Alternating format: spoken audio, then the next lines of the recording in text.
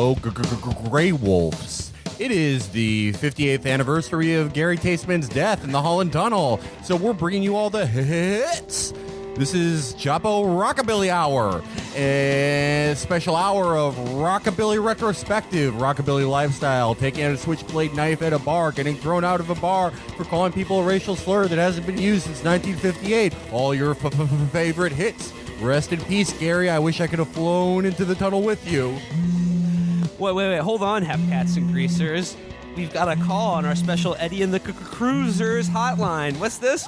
It's coming all the way from Mars? Open that call.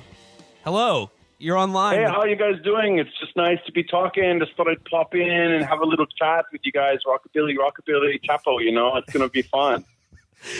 Oh my God, it's the king of Rockabilly. It's the Rockabilly king himself, Elon Musk. Elon. Yeah, sure. Rockabilly all the way to Mars, the asteroid belt, wherever we happen to overshoot our mission to, Elon, so great to hear from you. How are things going? It's great. Yeah, I've been a big fan for a while. It's great to just call in. So cool. I'm hoping maybe I could get the rights to some of your Rockabilly numbers to put over my 48-hour rocket missions to the planets in our solar system for when we do the live stream. Because we're going to be shooting a lot of different Tesla models in outer space pretty soon. It's going to be real cool.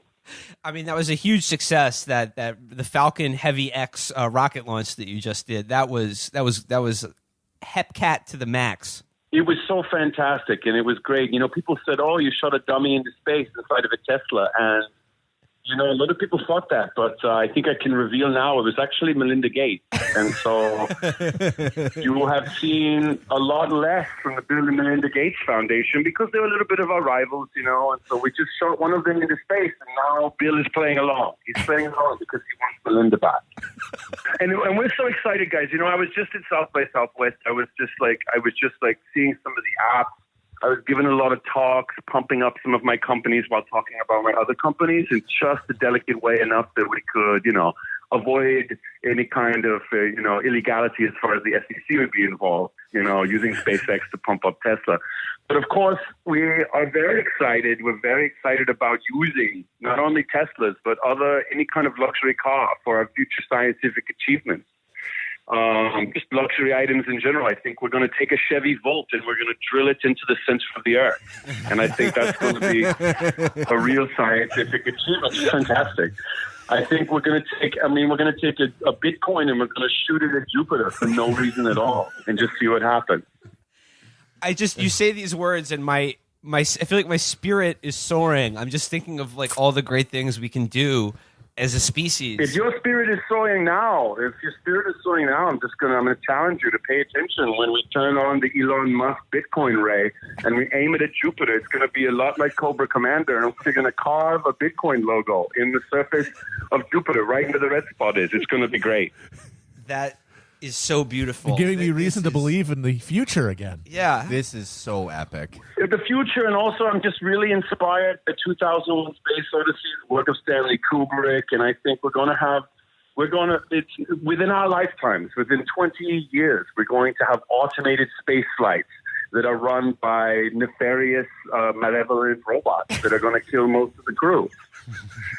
And we're going to do that so that, the higher class people, the people of the future, the star children like me, like the people I select, the billionaires and the ultimate elite that I select, we're going to go to the stars. And we're going to, Earth is done. Earth is jejune. And we are going to redo the whole Earth on Mars. And we're going to do it right. I've always wanted since I was a little kid. I'm from South Africa, and they did a lot of things wrong. And I think this time you've got to have a system where there's a caste system, an upper class and a lower class, but it should not be done the same way that we used to. Not along racial lines. We should do it on planetary lines, where those of us who go to Mars will rule over the survivors on Earth. And I think we're there. And there's nothing that can be done to stop it.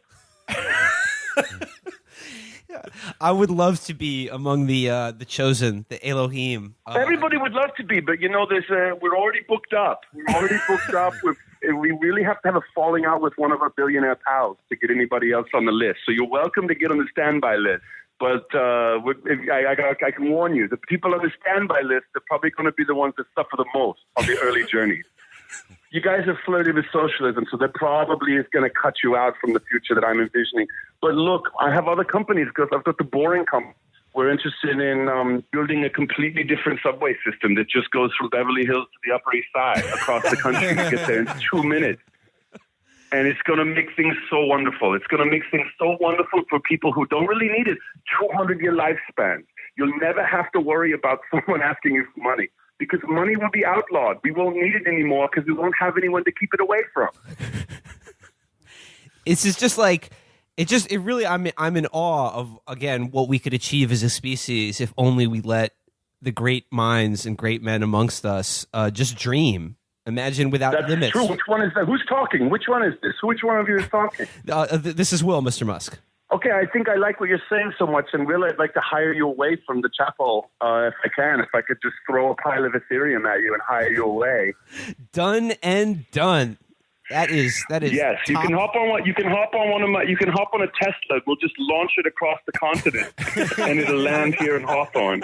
Incinerating on re-entry into the atmosphere in my Tesla, fired by a Musk cannon across country, would be a small price to pay to join the star children of the future. That's the attitude. That's the attitude, and I like the way you're saying it. I like the way you're phrasing it. I think that you have a place. You have a place.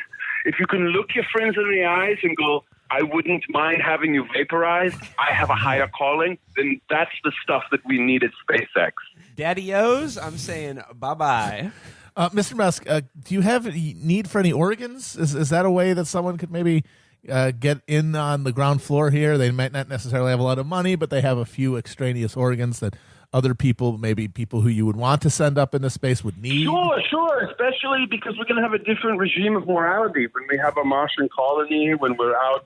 Well, when we have our vacation homes on the moons of Neptune, we're going to have a completely different morality. And yes, organs we're going to use not even for replacing organs in the superhumans and the supermen, but we are also going to, we're going to have robots for that, of course. We're going to have robotic livers. We're going to have robotic assholes that last 500 years in our bodies.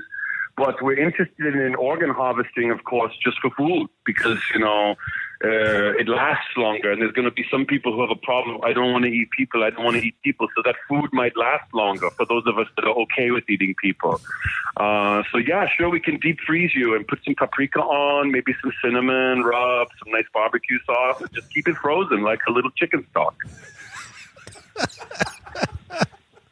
Was that Mr. Chrisman? Was that Yes. Mr. Chrisman? Yes, Chrisman. It would be an honor to be eaten. Yeah, I wouldn't mind boiling you down into a chicken bouillon cube, a human bouillon cube. That might be great. I would love to pass through your colon and fertilize the grounds of the terraform. My robotic colon. Yes. Robotic colon. Don't leave that part out.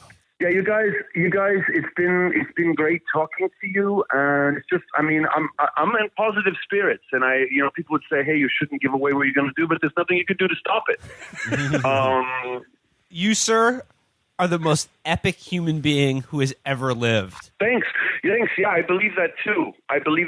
And why? It's because I see Mars, and I see an aspirational goal, a star that's red that we can get to, that's close, that we can terraform in ways that the laws constrict us currently on Earth. And it's red. It's an aspirational color. It's red. It's almost telling us to get here through blood. And that's what we're going to be doing. Elon Musk, thank you so much for gracing us with your time. Ad astra per sangram. That's my motto. To the stars through blood. Elon Musk, thank you so much.